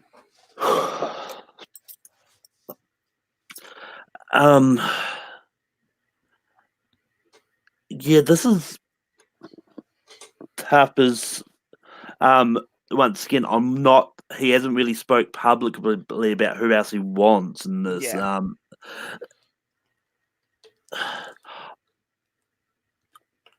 I mean, I'm going to lean towards maybe he takes Chandru because he starts to train for Inner Geekdom here. Yeah, because I mean, depending on what Mike does, you're gonna need somebody. I can fully see that. Jacob, where do you see this? I think maybe Alonso. That could be a good pick. I think he might take Alonso as I want a player who is as his kind of replacement to Drew. And go, no, this is, as that kind of player who As can his also Jura be Bibbs. Yeah, but also then his backup in case Mike does decide to sit out and go, hey, Chance, do you want to play with Alonso? And I think Chance and Alonso together would be an incredible team. That would be a vicious team. I agree with your pick. Yeah, no, because now that gets me kind of like, oh man, if Mike doesn't play, a Chance and Duralde team would be nutso. All right, so we got Duralde going then. Jacob, who do you got him picking up for his next pick then? So I think at that point he is going to want an inner Geekton player because again, I'm assuming if he picks Mike sits out. Yeah. So I'm assuming that. So at this point he's going to want another inner Geekton player. A strong inner Geekton player is Brendan Hanna, and I think him being a heel would work. I am in the same boat as you, good sir. I'm same mindset. I think he's going to want a heel inner Geekdom player. I think Mike's going to sit out unless they do a trade, which I don't know what we see here. But I think Hannah's the way that he's going to go. Malcolm? Yeah, especially with sort of where Hannah was sort of sitting at the end of last season. I think he's going to take Hannah. Ironically, this was where I was going to say Alonso. So either way, nice. we got the correct two pairs. It's a switch around. All right, so these next two rounds are the magic round for Kate. So we already built her a solid two single competitors and a solid team. Now I think we're going to go Inner Geekdom for her, Inner Geekdom / Star Wars. And I think if we're going to do that, I think she takes Chandru. I think she takes Chandru this round. I think that's the smartest bet. But you guys let me know. No, I agree. I think taking Chandru right now would be smart for her. All right. Malcolm, how do you feel? The same play? Yeah, I was going to say Chandru. I mean, this is one there in which it depends on sort of which race she wants to prioritize first, because she does have two picks in this. So yeah, no, I agree with you. She has two picks, but I think the Inner Geekdom's way to go first. I think I'm in the same mindset, Star Wars and Inner Geekdom, right? That's what you're thinking. Yeah, same mindset, but I think she goes Inner Geekdom first because you pick up Chandru because he's a super solid player. And I think I think he'll fit in to Kate's faction as it's building now. If it was building any other way, I don't know if he fits in well, but with as much character as Tom and Paul give, Chandru does the same amount of character. All right, we move on to Winston. Who do you guys think for Winston? Gut feel at this point. I have a feeling he might end up going with Liz Shannon Miller at this point, considering she's still on the board. She hasn't been taken, and the fact, and I know it kind of sucks she's going to be going in the 4th round, but that's just where I think she will. Okay. Malcolm, thoughts? Yeah, Liz Shannon Miller is probably the way to go. I mean, the other way to look at it is if is the Inner Geekdom thing, because I don't think we've got it in the Geekdom for Winston, but I think Liz Shannon Miller is probably the better bet if she's still on the table at this point. So yeah, I 100% agree. I think Miller's probably the way that you're going to go. Moving on to Shannon. I actually think I have a feeling who Shannon could go for, and it's going to break a lot of people's hearts because I don't think she's going to pick up the other person. But I think she could go for Elliot Dewberry. Ellie's been proven to be such a strong player. Pairing him up with Oyama would be interesting to say the least, or pairing him up with Ashley, but I don't think she would do that. I think she would pair him up with Oyama if she did it. I think Dewberry doesn't get enough credit for what he does, and that 2 perfect games was incredible. There's a reason why some people refer to it doing a Dewberry now.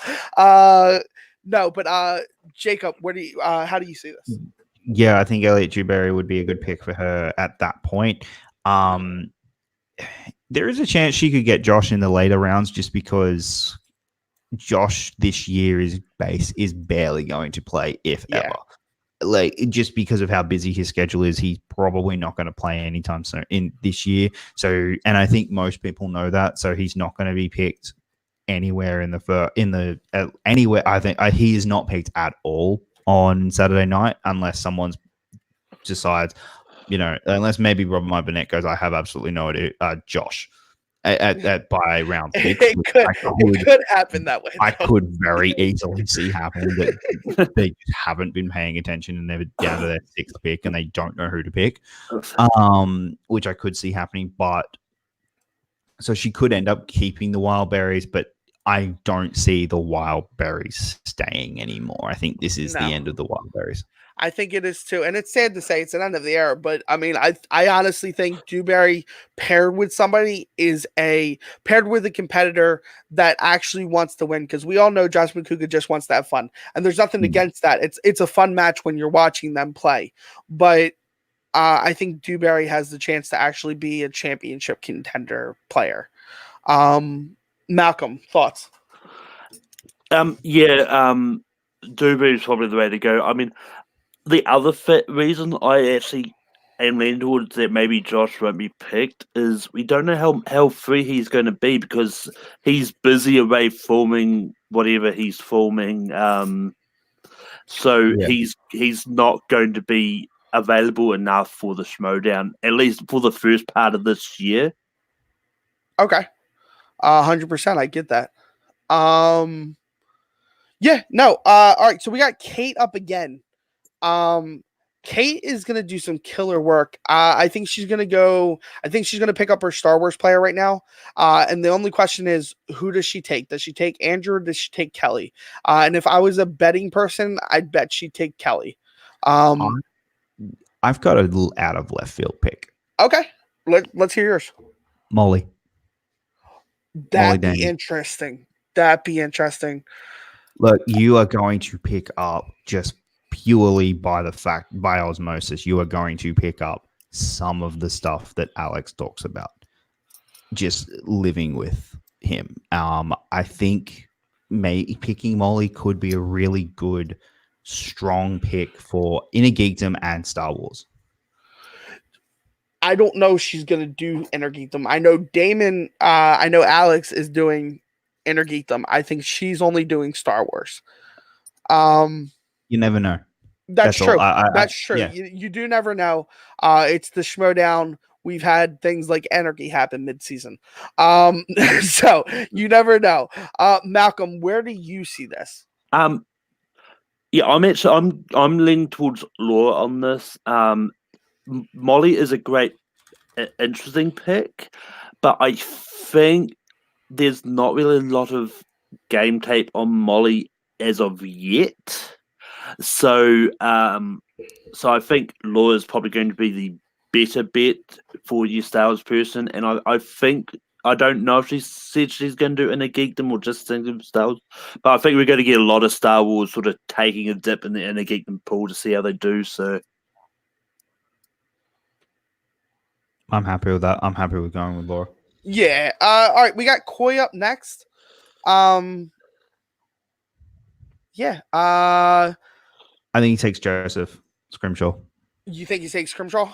I could see that. Malcolm, how do you feel?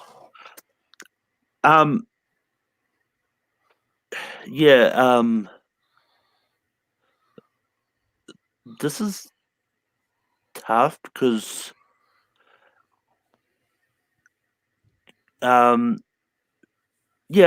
probably going to say Joseph on this, just because I can't think of. Actually, no, I'm going to say Keaton because Corey doesn't have an Inner Geekdom person yet, so I think he might try and get an Inner Geekdom person while there's still some floating around. So I think Keaton might be a good pick. I am in your boat, Malcolm. I think Keaton is probably the person that he's going to look at right now. maybe trade her later if it doesn't pan out. I mean, there's one other person that I think he might go for, but yeah, if those are the two on the table, I think Keaton Marchi is going to be the one that he goes for. Roxy. I think Roxy at this point knows that she's got kind of two picks in her corner right now coming up. I think she's going to take I actually think she might, because I think she knows where Sam's going to go next. I think she's going to take Demolanta.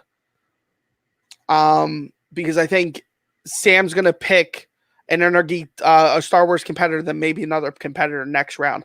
So I think she's going to take the stronger out of the Star Wars players that haven't been picked yet. And I think she's going to take Demolanta. Okay. I think that's. What do you guys think? I can live with that. Yeah, I can live with Demolanta too. I'm sure everybody could live with Demolanta. He puts so much effort into it. And his podcast, by the way, go check it out, guys. It's super good. I really enjoy it. Beyond the Schmoedown. Little plug there for him. Because he said he was voting for us, so that's nice. I like him even more now. All right, so we go with Sam. For Sam, I see him going. I don't know. This is going to be a tough one. Getting down to these rounds is kind of just a crapshoot at this point. Yeah. Malcolm, who do you see Sam taking? I'm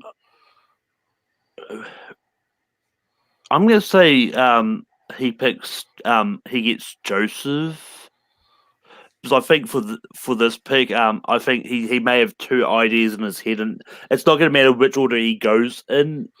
He's got two picks, so I'm going to say maybe Joseph for this one. So at least he's got a Star Wars player. Okay, Jacob. Yeah, I'm happy with that. Yep. All right, Scrimshaw. All right, and then Jacob, who do you got him taking for the next round? I reckon Andrew Demolanta. He already went round before. Did he? Yeah. It's Oh, whoops. Sorry, my bad. Okay. Let's go Sean Gerber. Gerber's a good pick. Malcolm, who do you I actually think if I was to go with it, I'm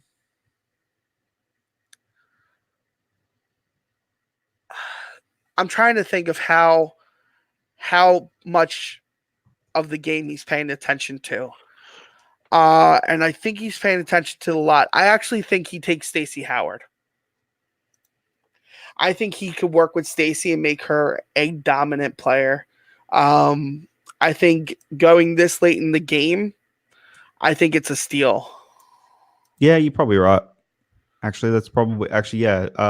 Now the other thing you have to worry about is she's a heel. So does he turn her face? Yeah, that's the only problem. Malcolm, what do you think? To be honest, I forgot that Stacey was still on the board. I'm gonna say Stacey here. Okay, we'll go Howard right here for Sam. Roxy's got the next pick on the board. I think she's gonna want to try and stick somebody with Janine. Not stick somebody, but try and get somebody on Janine's. Oh no, she doesn't have an Inner Geekdom player. I think she takes Lavik. Yeah. Lavik. That would be smart for her. I mean, she never managed them, but they've worked together. They have a good rapport. I think it would make sense. How do you feel, Malcolm? You feel good about that one? Yeah, Lavik, I think is a good pick. All right, we go on to Coy. Coy needs probably somebody to go with Cyball at this point, and might as well give him Hugh again. Yeah. I think Hugh is a good call for him. Malcolm, thoughts? Yeah, I mean, Mark Edwards, sure, and also it gives you a relatively strong team again as well. Exactly. All right, so we have Kate, and who are we thinking for Kate? Yeah, this is tough, but I'm going to take a bold thing here because Christian did a habit of treating this out. He's wanted to make sure that the managers are paying attention to James White. So I think she picks up James White just based on Christian's tweet earlier. So Okay. Yeah. All right. Yeah, possible. That makes sense. Wasn't where I was going, but I think my pick's gonna still be around for her second pick. So we got Tom's first actual pick of the draft, guys. His first actual pick of the draft. And I think he's gonna go with an Inner Geekdom player, and I think he's gonna go with Emily Jacobson. That would make sense. I think she's got a live match on there, and he loves the live match stage. What do you think, Malcolm? yeah, I think Emily James is probably the pick. I think out of the established in the Geekdom one, think she's probably one of the only ones that's around left. I can't. I'm actually struggling to think of an established IGs that haven't been picked. I think that's actually established IG players. I think that's it. Yeah, I think that's it. Shannon's next pick. What do we got, guys, for Shannon? I mean, at this point, kind of. What if at this point, what if she does take Franco? She takes Franco. I mean, she takes Tim Franco. She can maybe bargain, try and get something for him. I think there's somebody that we haven't talked about, and I don't know if he would play for her, but Knapsack.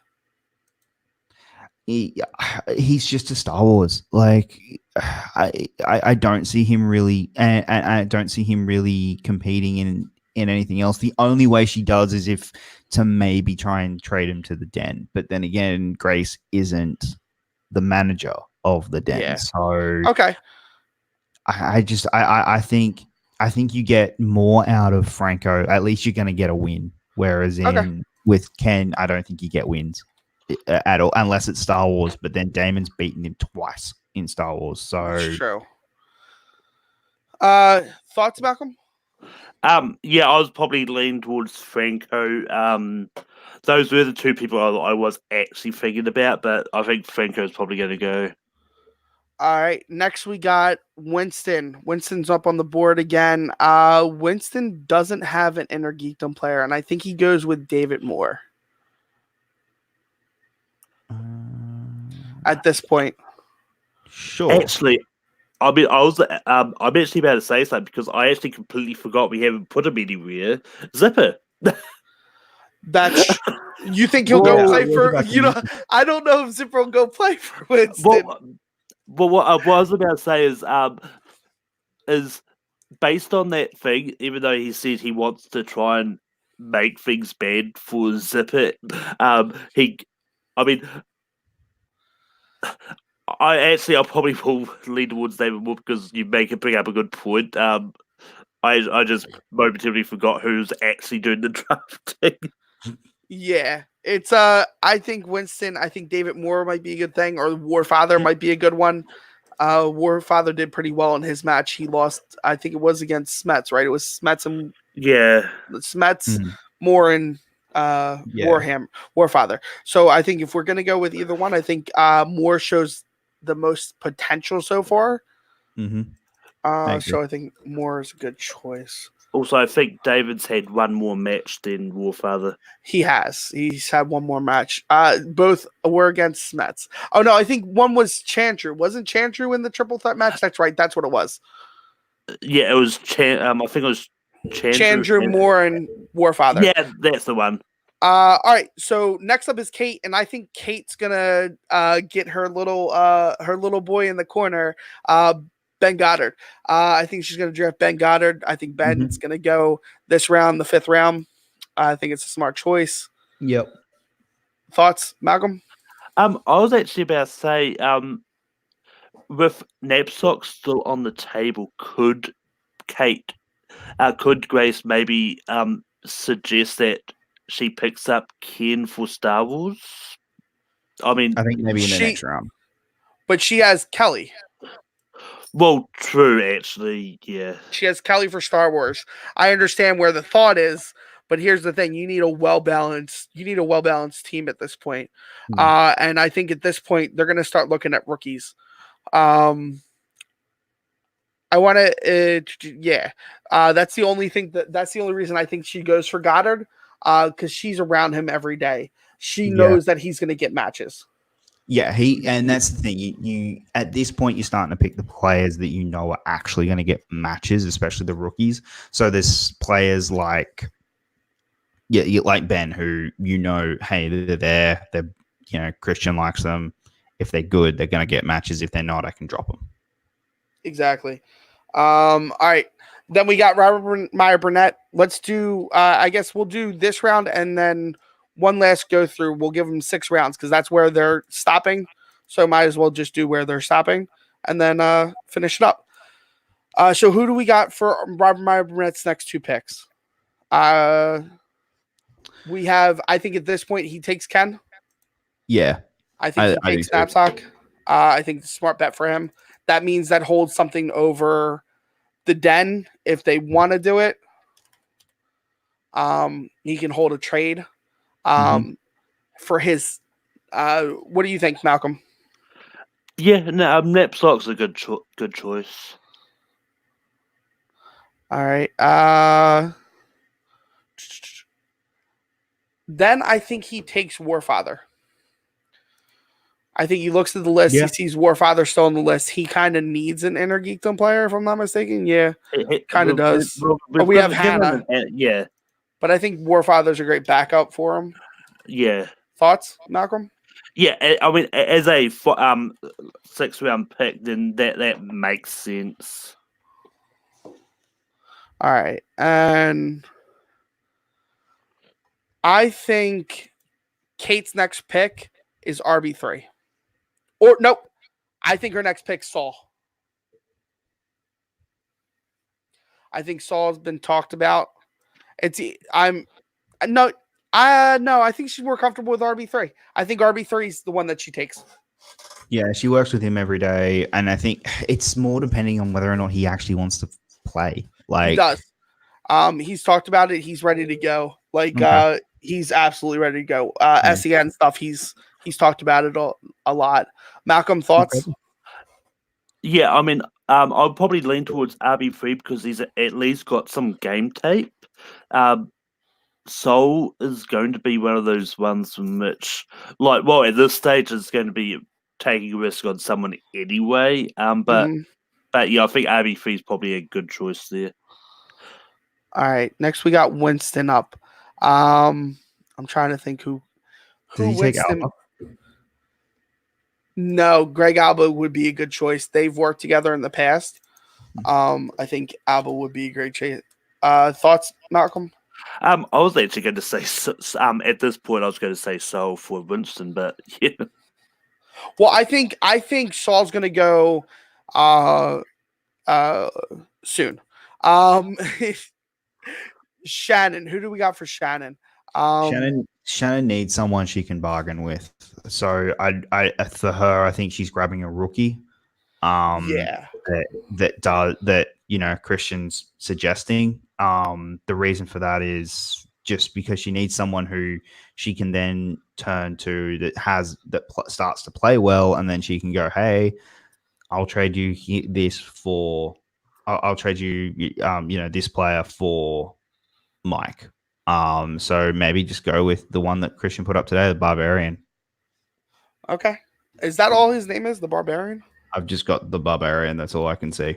I actually have no idea who he is. Mm-hmm. He was in that post-credit scene with Tom. And now this is where I think no, actually I don't think that.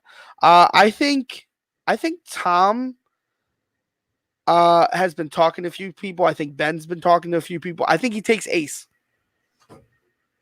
Yeah. I think Ben takes Ace. I think Ace knows about trivia. I think he's a good call. Thoughts, Malcolm?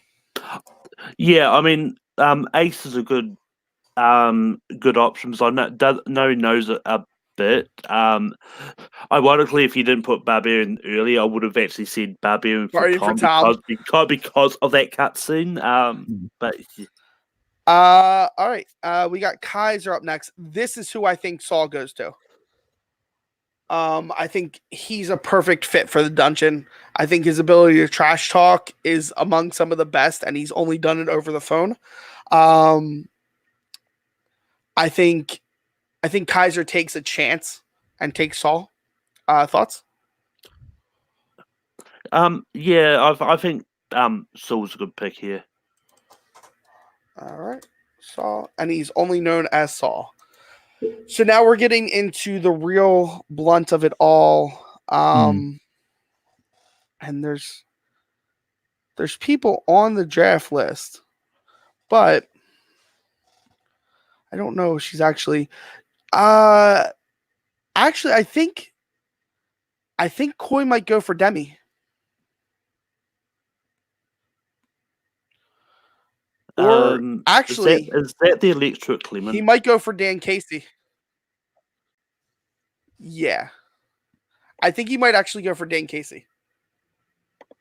I think he's worked with him. I think he knows that Dan knows his stuff. At this point, I have absolutely no idea. So. Yeah, it's literally Sure. just that. These are all just guesses at this point. Yeah. Going off of it. I mean,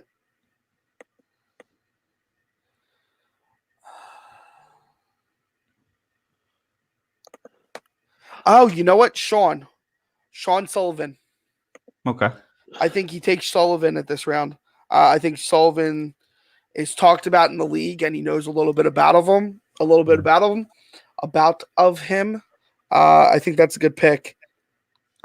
Christian is pushing another one. I think for Roxy would be good is Marisol. Marisol's a good one, yeah. Yeah, and I think that would be good for Roxy. Yeah, that's actually a perfect pick. Marisol would be great for Roxy at this round. And I think it's a steal because I've seen some of her fan tape. It's great. Yeah. She's super solid. And the last pick that will be televised is Sam's pick. No idea. I think he takes Jader. The guy who won the event in Florida. Okay. Yeah. Yeah, I mean, the other one is I was able to throw out is the other one that he did throw out as a prospect is that Clee Riggins. So, like, if people are paying attention to what Christian's been tweeting out, then those ones may go very quickly. Who was it, Malcolm? Clee Riggins, KLEE. KL. It was on the same tweet as the Barbarian. Oh, okay. All right. I mean, I'm cool with it because it's pretty much RIGG.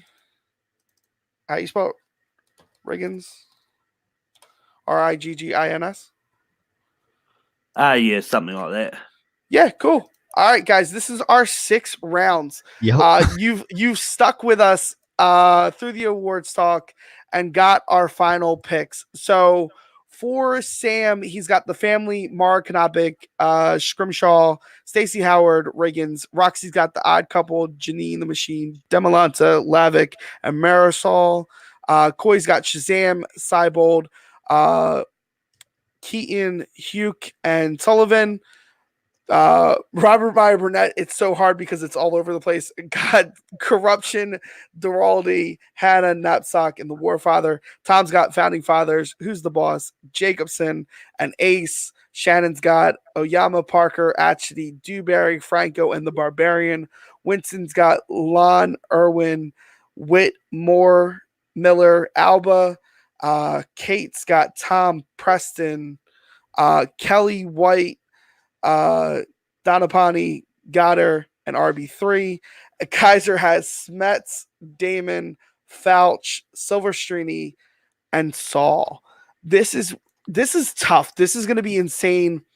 Tell us what So you guys interesting. think in the comments about our mock draft. I know you've seen a bunch of them. It's literally 24 hours before all this happens. It's going to be exciting. Jacob, tell the people where they can find you. You guys can find me online at Jacob Blunden on Twitter, Facebook, everything. If you want to go check out our new show that I'm doing over at Finally Tailored, that's called 10 Years On, where we look back at the last decade, and every week we review all the films that came out 10 years ago this week. Make sure you go check out that. Otherwise, yeah, I'm just on Facebook, Twitter, Instagram, Letterboxd at Jacob Blunden. Nice. Malcolm, tell the people where they can find you. You can find me on Tape Food Productions, hosting Rankum every Saturday nights now. Tomorrow's episode is going to be Fictional Witches and Wizards. You can also find me hosting Formula Random on Formula Media, and I'm all over the fan leagues. Nice. I'm Doug Castle. You can follow me over here under this Twitter score at Douglas_Castle. I run a show called The Manor, which will be back soon. It's a roundtable discussion about movies. We pick out a bunch of movies. The first show is going to be about the best of the decade. Each one of my panelists picked 3 movies as well as and we're going to talk about them, grade them, and give you them back as what we think they are. Please, guys, like, comment, subscribe. Have fun tomorrow if you're going to the awards and draft. Let us know if we got any close to what the actual picks were. Hopefully we did. But guys, as always, see you next time on the summit. Now it's